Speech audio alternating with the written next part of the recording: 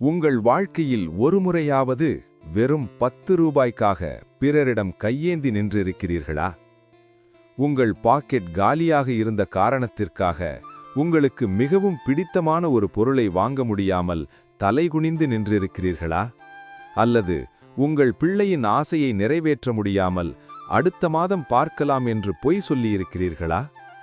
அந்த தருணத்தில் உங்கள் இதயம் ஒரு கணம் துடிப்பதை நிறுத்தியிருக்கும். உலகம் உங்களை பார்க்கவில்லை, உங்கள் பணப்பையைத்தான் பார்க்கிறது. இந்த வறுமையிலிருந்து நீங்கள் விடுதலை பெற்று ஒரு சிங்கத்தைப் போல எழுந்து நிற்கப் போகிறீர்கள். அதற்கு முன் உங்கள் வாழ்வை மாற்றப்போகும் இதுபோன்ற வலிமையான கருத்துக்களை தொடர்ந்து பெற இப்போதே நமது சேனலை சப்ஸ்கிரைப் செய்து கொள்ளுங்கள். வாருங்கள், வீரத்துறவியின் வார்த்தைகளுக்குள் நுழைவோம். சுவாமி விவேகானந்தர் சொல்கிறார், பணம் இல்லாதவன் ஒரு நடைபிணம். அவன் உயிரோடு இருந்தாலும் உலகம் அவனை ஒரு சுடுகாடாகத்தான் பார்க்கும்.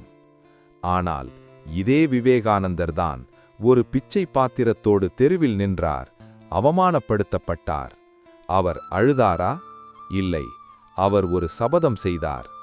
இன்று என்னிடம் பணமில்லை, ஆனால் அதை உருவாக்கும் அறிவு இருக்கிறது.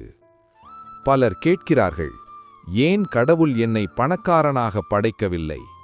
விவேகானந்தர் இதற்கு சிரிக்கிறார்.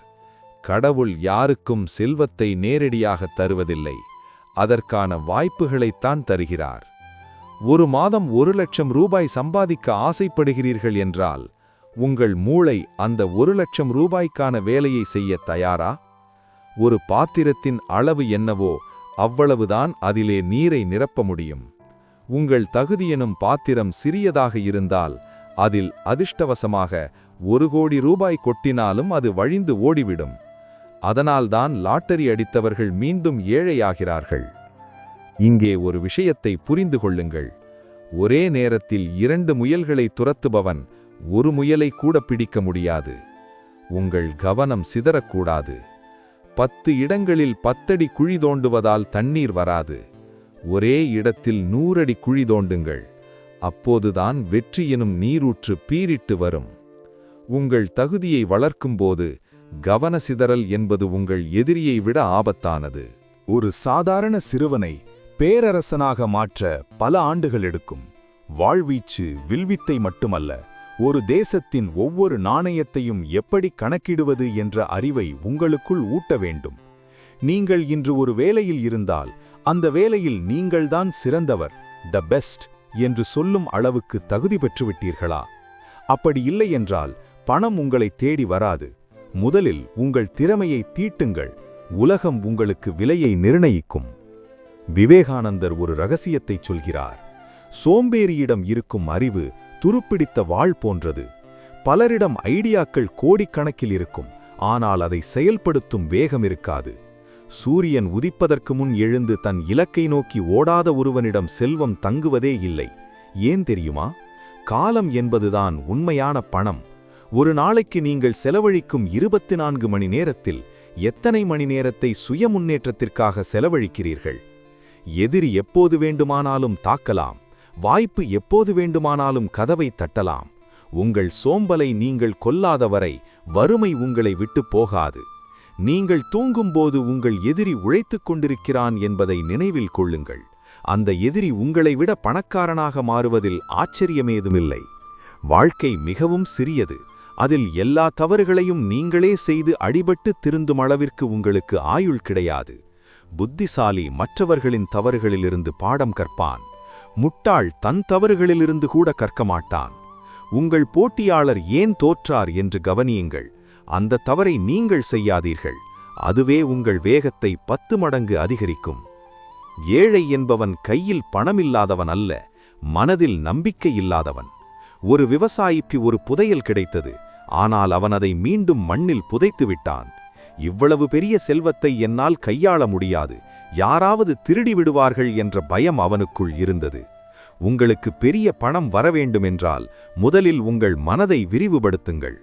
1 கோடி ரூபாய் உங்கள் கையில் வந்தால் நீங்கள் பதற்றமடையக்கூடாது.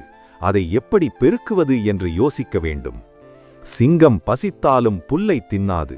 அதுபோல கஷ்டம் வந்தாலும் உங்கள் லட்சியத்தை குறைக்காதீர்கள். பெரிய கனவு காணுங்கள். அந்த கனவை தாங்கும் அளவுக்கு உங்கள் இதயத்தை பெரிதாக்குங்கள். உங்கள் வருமானம் எவ்வளவு என்பது முக்கியமல்ல, மாத இறுதியில் உங்கள் கையில் எவ்வளவு மிச்சம் இருக்கிறது என்பதுதான் உங்கள் பலம். ஒரு பானையில் ஓட்டை இருந்தால் அதில் எவ்வளவுதான் நீரை நிரப்பினாலும் அது ஒருபோதும் நிறையாது. இன்று பலரது வாழ்க்கை இப்படித்தான் இருக்கிறது. சம்பளம் வந்த அடுத்த நிமிடம் இஎம்ஐ, கிரெடிட் கார்டு, தேவையற்ற ஆடம்பரங்கள் என பணம் ஓட்டை பானை நீராய் வெளியேறுகிறது. ஒரு அரசன் தன் கஜானாவை தன் உயிரைப் போல காக்க வேண்டும். கஜானா காலியாக இருந்தால் உன் வீரர்கள் உனக்கு துரோகம் செய்வார்கள், குடிமக்கள் உன்னை வெறுப்பார்கள். உங்கள் குடும்பத்தின் கஜானா உங்கள் கையில் இருக்கும் சேமிப்புதான். சேமிப்பு இல்லாதவன் தன் எதிர்காலத்தை சூதாட்டத்தில் பணயம் வைக்கிறான். உங்கள் வருமானத்தை எப்படி பிரிக்க வேண்டும் என்பதற்கு ஒரு தெளிவான சூத்திரம் இருக்கிறது. முதல் பகுதி அத்தியாவசியம், 50% மட்டுமே அடிப்படை தேவைகளுக்கு. இரண்டாம் பகுதி முதலீடு, 20% பணத்தை விதை போல புதைக்க வேண்டும், அதுதான் எதிர்கால விருட்சம். மூன்றாம் பகுதி பாதுகாப்பு, 15% பணம் அவசர காலத்திற்காக இருக்க வேண்டும், ஆபத்து வரும்போது யாரிடமும் கையேந்தக்கூடாது.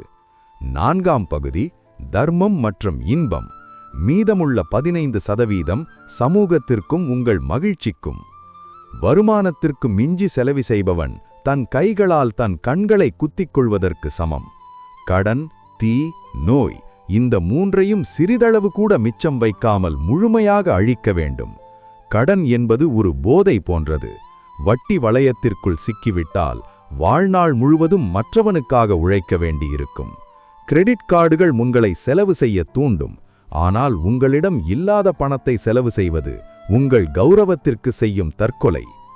தேங்கி நிற்கும் நீர் அழுகிவிடும், ஓடும் நீர்தான் சுத்தமாக இருக்கும். உங்கள் பணம் லாபத்தை தரும் இடத்தில் ஓடிக்கொண்டே இருக்க வேண்டும். தெரியாத தொழிலில் முதலீடு செய்வது இருட்டில் கையை விடுவதற்கு சமம். கற்றுக்கொண்ட பிறகு திட்டமிட்டு களம் இறங்குங்கள். ஒரு சிங்கம் தன் இரைக்காக காத்திருக்காது, அது வேட்டையாட காட்டில் இறங்கும். நல்ல காலம் வரட்டும் என்று காத்து கிடக்காதீர்கள். நீங்கள் இருக்கும் இடமே உங்களுக்கான போர்க்களம். உங்கள் தொழிலை தொடங்க தயங்காதீர்கள். சிறியதாக தொடங்குங்கள், ஆனால் உலகையே வெல்லும் கனவுடன் தொடங்குங்கள். பாலோடு சேர்ந்தால் தண்ணீரும் பால் விலைக்கு விற்கும், ஆனால் சாராயத்தோடு சேர்ந்தால் பாலும் குப்பைக்குத்தான் செல்லும். உங்கள் நட்பு வட்டத்தை இன்றே மாற்றுங்கள். 5 கோடீஸ்வரர்களுடன் பழகினால் 6வது கோடீஸ்வரன் நீங்கள்தான். ஒரு தொழிலுக்கு 4 விதிகள் முக்கியம். சாம, பேச்சுத்திறன், வாடிக்கையாளர்களிடம் கனிவாக பேசுங்கள். தான, சலுகை, அவர்களுக்கு சரியான மதிப்பை வழங்குங்கள். பேத, ரகசியம், உங்கள் தொழில் ரகசியங்களை எவருக்கும் சொல்லாதீர்கள். தண்ட, நிர்வாகம், ஒழுக்கமில்லாத இடத்தில் செல்வம் தங்காது. தவறு செய்பவர்களை நீக்க தயங்காதீர்கள். வியாபாரம் என்பது ஒரு யுத்தம். இங்கே புத்திசாலித்தனத்திற்குத்தான் இடமுண்டு. ஆட்களை தேர்ந்தெடுக்கும் போது திறமையை விட நேர்மைக்கு முக்கியத்துவம் கொடுங்கள்.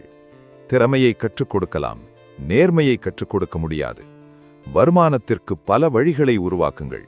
ஒரு வழி அடைபட்டாலும் இன்னொன்று உங்களை காக்க வேண்டும். தோல்வி ஏற்பட்டால் துவண்டு விடாதீர்கள், அது ஒரு பாடம். பணம் வந்துவிட்டால் அதிகாரம் தானாக வரும், ஆனால் உங்கள் வளர்ச்சி பலருக்கு வயிற்றெரிச்சலை தரும். உங்களை கீழே தள்ள ஒரு கூட்டமே காத்திருக்கும். எதிரியைக் கண்டு பயப்படாதீர்கள். உங்கள் திட்டங்களை உங்கள் நிழலுக்கு கூட தெரியப்படுத்தாதீர்கள். காரியத்தை முடித்துவிட்டு பேசுங்கள், அப்போது உங்கள் வெற்றி சத்தமாக பேசும். துரோகி பின்னாலிருந்து குத்துவான், அதனால் உங்களைச் சுற்றி எப்போதும் புகழ்பவர்களை நம்பாதீர்கள். ஒருமுறை உங்கள் ரகசியத்தைச் சொன்னால் நீங்கள் அவனுக்கு அடிமையாகி விடுவீர்கள்.